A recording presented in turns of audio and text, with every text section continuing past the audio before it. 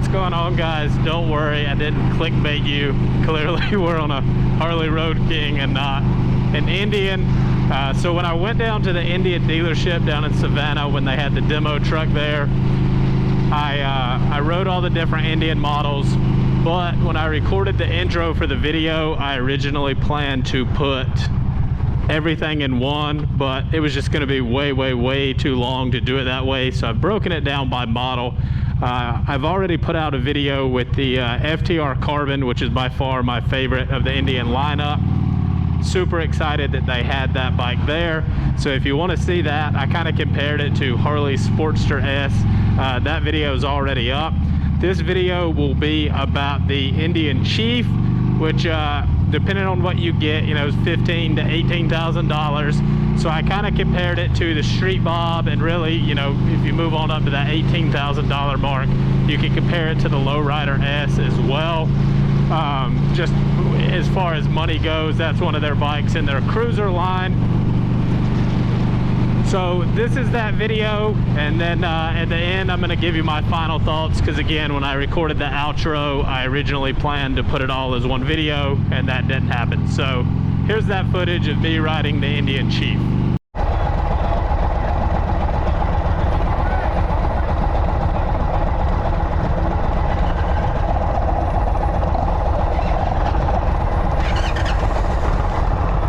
So now we are on the Chief Bobber. This is a dark horse. I think all that means with Indian is that it's a blacked out version.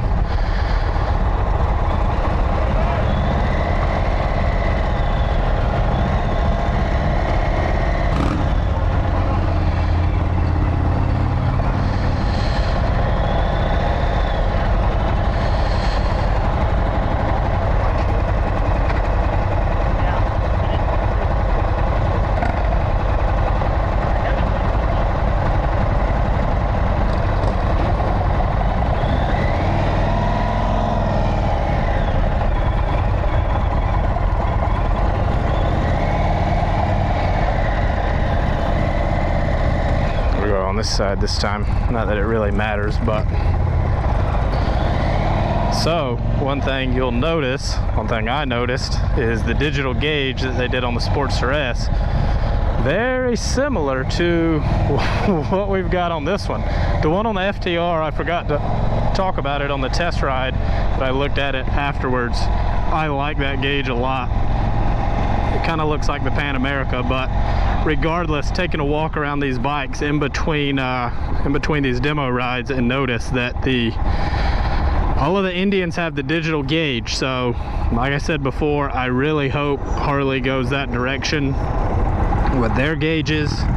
That is one of the points where I'll say I feel like Harley is lacking as far as the competition, is having those digital gauges.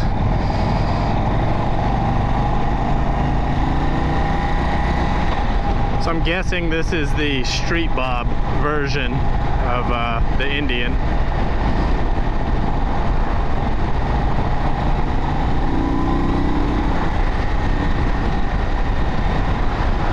First impressions, I mean, riding style, we have forward controls, but we've got like the mini apes, so a little bit different. I would prefer the mids on a bike like this, but not gonna bash them, because I mean, we talked about the Sportster S has forward controls on a performance bike, which this isn't necessarily a sport bike per se, but still, just if it's gonna be set up with the mini apes, I would like mids. Doesn't feel uncomfortable. If anything, it is comfortable. It's just the mids, you know, tend to favor more aggressive riding.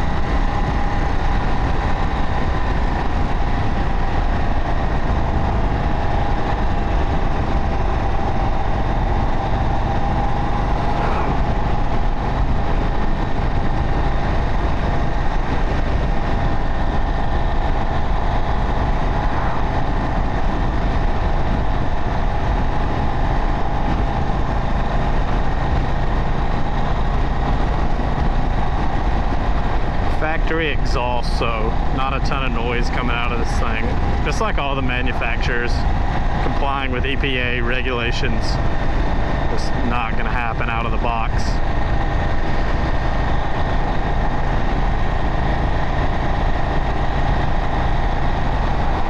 But I'm so new to Indian, I mean, I can't even recall hearing an Indian with exhaust on it, so I'm not sure what these engines sound like with a really nice set of exhaust on them. So I'm not really able to speak to that.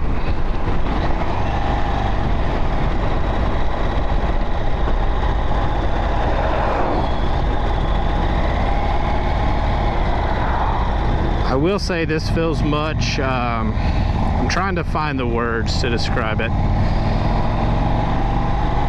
So the Pan America and the Sportster S, you know, with that new Revolution engine, just have a different feel than all the rest of the Harleys. I guess it's smoother, and that's kind of what I would want to say about this is, not that, so it's missing a little bit of the shake, it's missing a little bit of the noise, and I don't know, you think, you know, on paper I say that and I want to say like, oh, that's a good thing, the engine feels like smoother, but I don't know, man, something about me just likes the mechanical part of a motorcycle. I just, somehow it makes me feel more connected to it in a weird way. Like, for example, I mean, even when I hop on like a twin cam Harley Davidson, that just has a different feel for me over the Milwaukee 8. I know the Milwaukee 8 is smoother, it's quieter, it's cooler, produces more power, but that twin cam for me, just something about it, a little bit of that shake just feels right.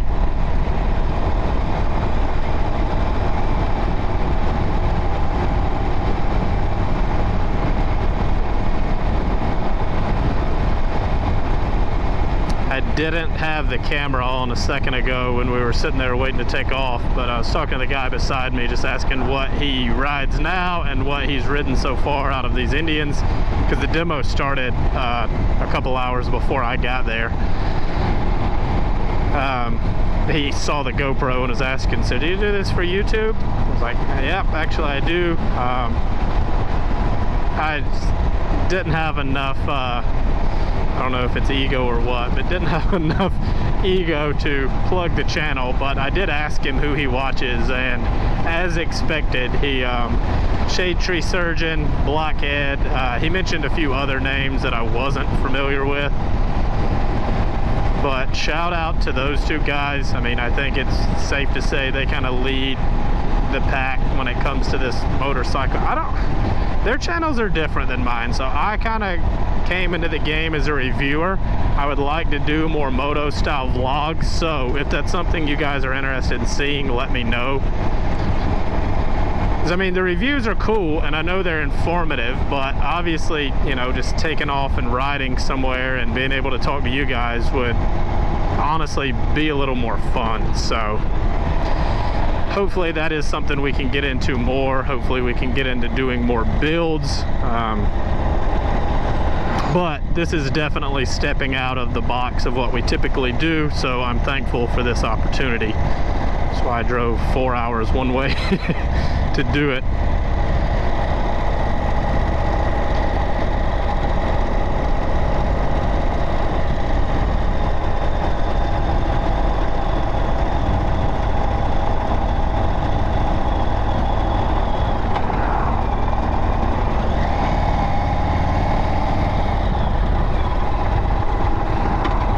And this thing is quiet.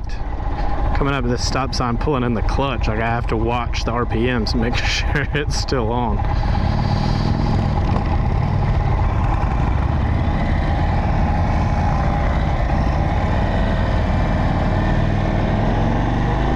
want to crank it, but I don't want to. I think this lady is a little newer, a little more nervous. I don't want to pressure her. I mean, good power, it feels good, it's responsive, it's stock, so I don't want to knock it too much, you know. That just did a third gear roll on and it's not jumping up and taking off, but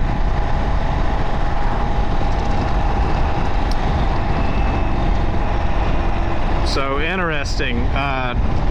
I'm trying to watch the road, but also look at the specs so I can talk about it while we ride. I noticed that horsepower was listed on the FTR that I rode, but horsepower is not listed on this one, which is also a Harley move. I know they like to put out their torque numbers. They rarely put out their horsepower numbers, and it's not all about all out horsepower, you know, the biggest number. It's also the delivery in which, you know, that power comes on and whatnot. So not that that's the tell-all sign of a bike's performance, but I just thought it was interesting that they also didn't list it on this one. 120 foot-pounds of torque, obviously a 6-speed transmission. None of the other stuff super important. 4-gallon tank, 670 pounds. So yeah, this is right on point with the Street Bob. A little bit more fuel capacity. I can't remember if the Street Bob's 3.2 or 3.5. But either way, you get a little bit more fuel. Weight is going to be roughly the same.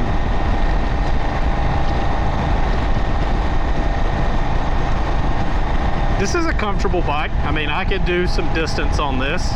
Hopefully the highway isn't congested.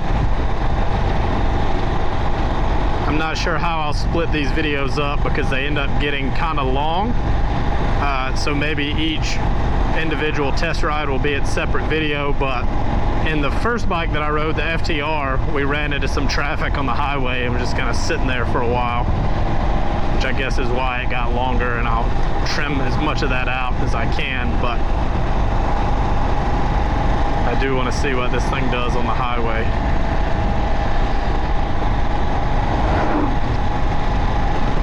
Controls, the control housings, it's just something about that plastic, just, I don't know, I guess it's as high quality and as durable as the Harley stuff, but it looks bad. I do appreciate the contrast with the gloss switches and the matte housing, but something about that matte housing it just comes off cheap to me. I don't know why. Oh, the gas light is on. I don't know how long that's been on. Hopefully not long, but also I need to remember to tell them, dude, that would suck to be the guy on the demo rides that runs out of fuel. You didn't pay attention. We're not super far, so I can't imagine it's been on the whole time or I would have noticed.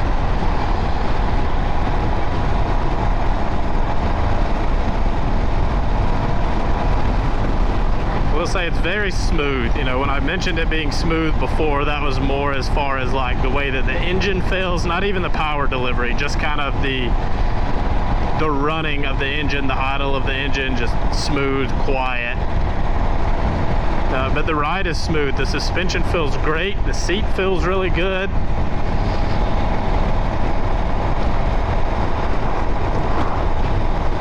Like I said in the beginning, I didn't come down here to knock Indian or tear them apart.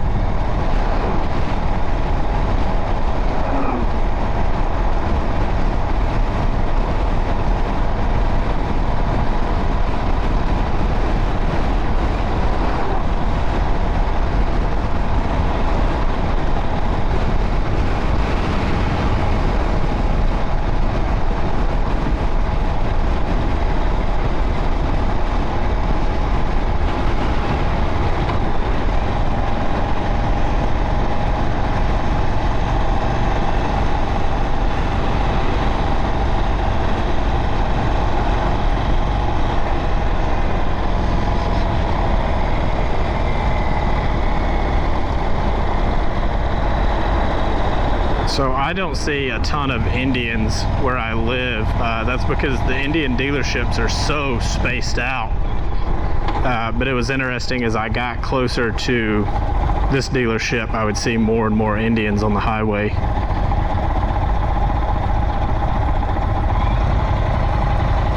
but still more Harleys. But again, I didn't realize that that Harley dealership was right across the street, so that makes sense.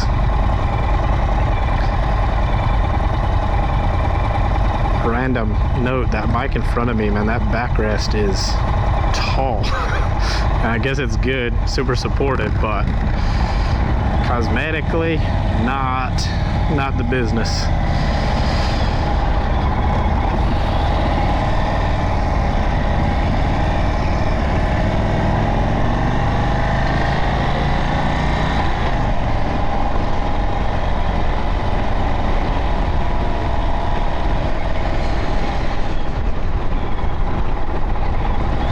It does look like I'm going to be able to ride all of the models though, at least all of the ones I care to ride.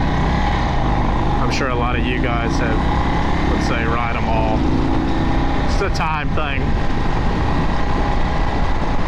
Again, 4 hours to get home, so. Okay, getting a little bit better sound at the higher speeds, higher RPMs. Not a bad sound for a stock bike. Not bad power for a stock bike.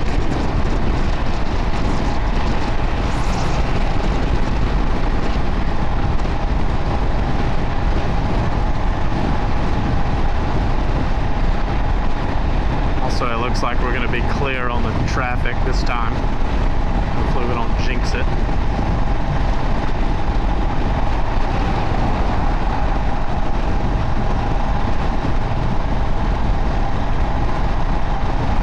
Highway riding, it feels like you would expect a bike this size, this weight, this design to feel. I mean, it's comfortable. I could cruise on it. Not going, you know, through multiple states on this thing, but that's just me. That's my personal preference.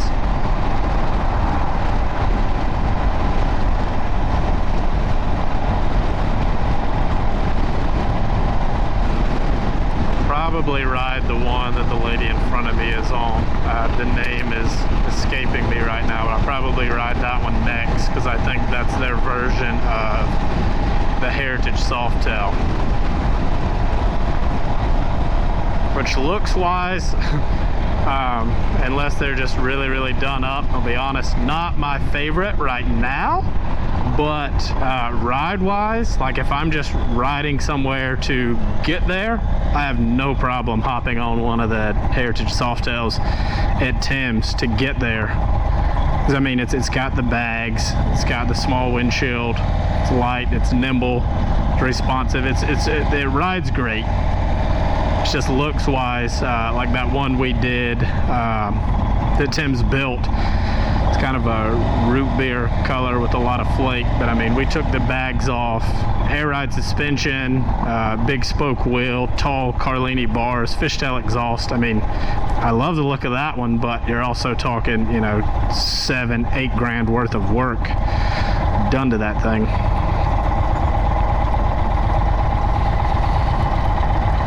So I'll use this time really quickly to throw up some photos of the Chief Bobber Dark Horse, the one I'm on now, and then I'll try to do a quick video walk around afterwards.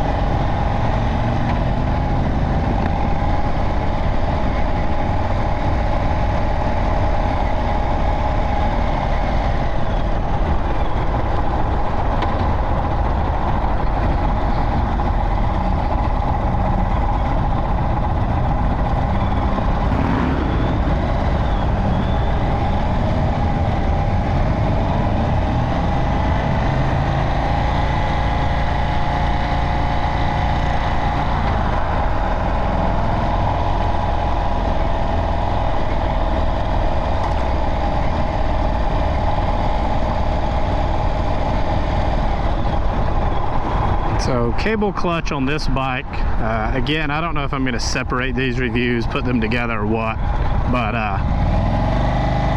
the FTR was a cable as well, which I would have liked to have seen hydraulic on a bike like that. But again, personal preference. I know a lot of guys really like that cable.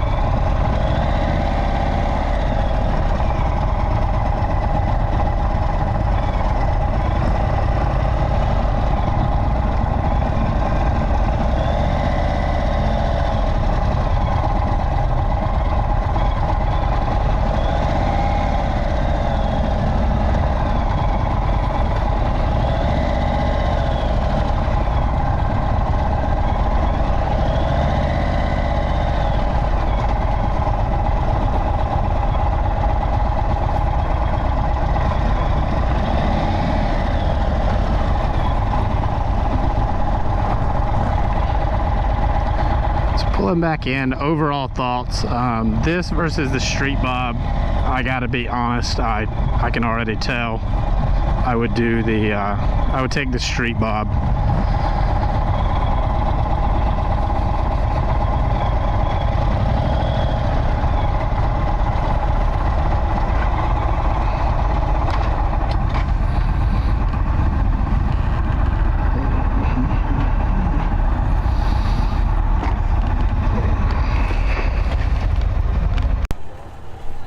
So this is the Chief Bobber that we just rode.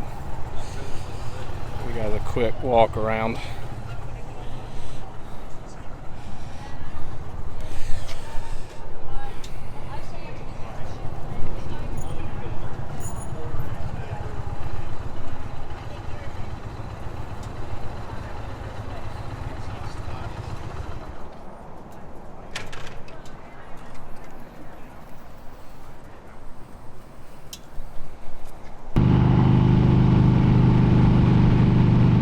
So guys, like I said at the end of that video that you just watched, if I was comparing that to either the Street Bob or the Lowrider S, I'm taking either of the two Harleys, and that's not me being a Harley guy. As you know, if you watch the channel, and for those that don't, I'm not sponsored by Harley. I'm not an ambassador. I do some work for a Harley Davidson dealership, but they don't sway me one way or another. They've literally never said, you know, say this, don't say that type of thing. I don't even know if they watch these videos, to be honest. So it's really honestly just my personal preference. But with that, I do want to say, I mean, there's nothing really bad to say about the Indian Chief. I had no problems out of that bike whatsoever. Granted, you're just on a short test ride, so it's really kind of hard to say. But just for the reasons I pointed out in the FTR video, Indian doesn't really have the dealership network that Harley has. There's obviously not nearly the aftermarket for Indian, and it makes sense that there's not, because Harley has the lion's share of the market as far as these cruiser bikes go. So if you start a company to make aftermarket parts, clearly it's in your best interest to make them for Harley, because there's more Harleys out there on the road.